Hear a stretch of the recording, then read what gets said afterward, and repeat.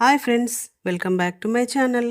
Friends, ఈరోజు మనం Ugadi special బొబ్బట్లని గోధుమ పిండితో ఎలా చేసుకోవాలో చూద్దాము.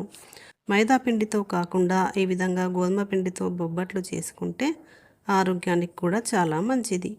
వీటిని తెలంగాణలో భక్ష్యాలు అని కూడా అంటారు. చాలా రుచిగా ఉంటాయి. చక్కగా పొంగుతూ మృదువుగా వస్తాయి. బొబ్బట్లు ఎప్పుడు చేసినా మెత్తగా టేస్టీగా రావాలంటే ఒకసారి ఇలా ట్రై చేయండి. మొదటిసారి చేసేవారైనా ఇలా గనక చేస్తే పర్ఫెక్ట్గా వస్తాయి. మరి ఇంకెందుకు ఆలస్యం, ఈ గోధుమ పిండి బొబ్బట్లు ఎలా తయారు చేసుకోవాలో ఇప్పుడు చూద్దాం. దీనికోసం ఒక కప్పు శనగపప్పుని ఒక బౌల్లోకి తీసుకొని ఒక 2-3 సార్లు వాష్ చేసుకొని వాటర్ వేసి ఒక గంట సేపు నానబెట్టుకోవాలి.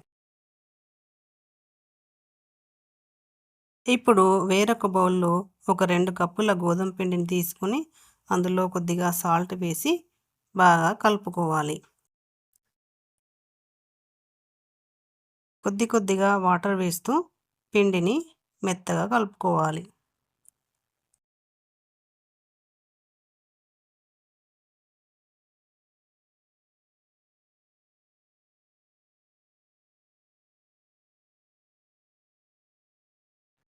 ఇలా కలుపుకున్న పిండి ముద్ద మీద ఒక 2 టేబుల్ స్పూన్ల ఆయిల్ వేసి మళ్ళీ ఒకసారి కలుపుకోవాలి.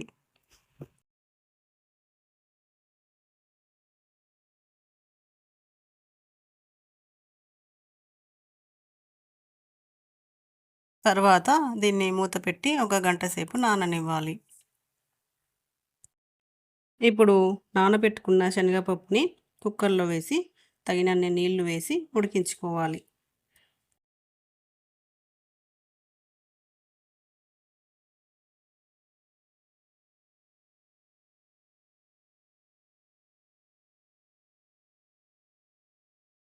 ఇప్పుడు ఈ పప్పు బాగా ఉడికిపోయింది.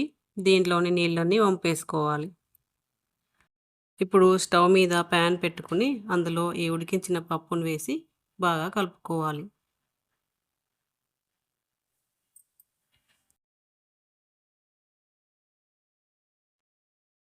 ఇందులో ఒక కప్పు బెల్లం తురుము వేసి కలుపుకోవాలి.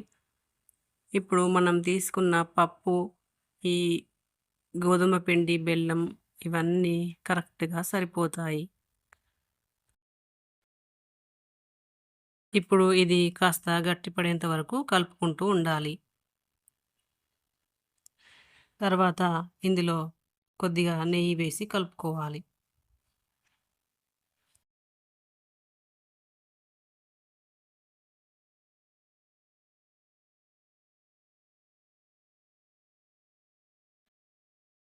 ఇప్పుడు కొద్దిగా యాలకుల పొడి వేసి కలుపుకోవాలి.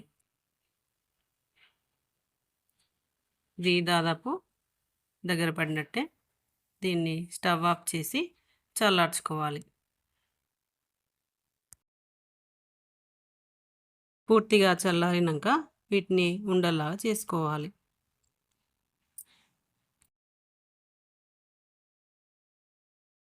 ఇలా పిండి మొత్తం ఉండలుగా చేసి పెట్టుకోవాలి.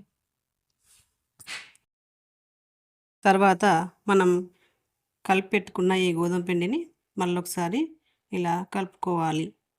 తర్వాత వీటిని చిన్న సైజు ఉండల్లాగా తీసుకొని చపాతీల పీట మీద వేసి చిన్నగా తాల్చుకోవాలి. ఇప్పుడు దీంట్లో మనం ముందుగా ప్రిపేర్ చేసి పెట్టుకున్న పూర్ణం ఉండను ఉంచి చుట్టూ ఇలా చుట్టుకోవాలి. ఇలా మధ్యలో కనుక్కొని పూర్ణంని బాగా ఇలా సెట్ చేసుకోవాలి. తర్వాత ఈ పైన ఉన్న ఎక్స్ట్రా పిండిని తీసేసుకోవాలి. ఇప్పుడు దీన్ని మళ్ళీ కాస్త పొడి పిండి వేసి తాల్చుకోవాలి.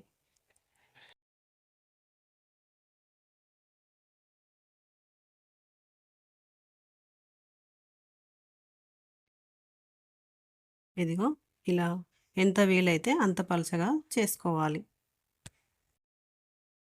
ఈ విధంగానే మిగతావి కూడా చేసుకోవాలి.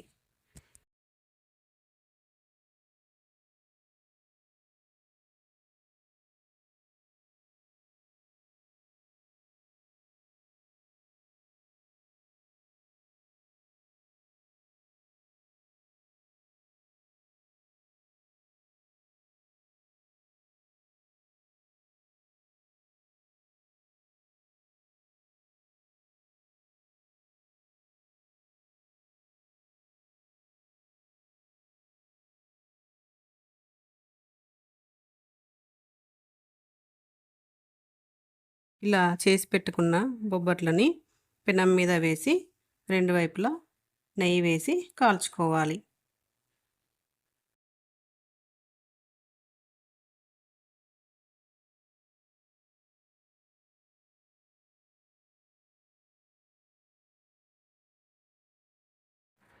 చూడండి ఎంత బాగా పొంగిందో.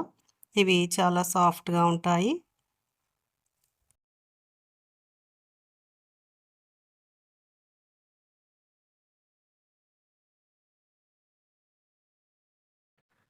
ఈ విధంగా అన్నిటిని కాల్చుకోవాలి.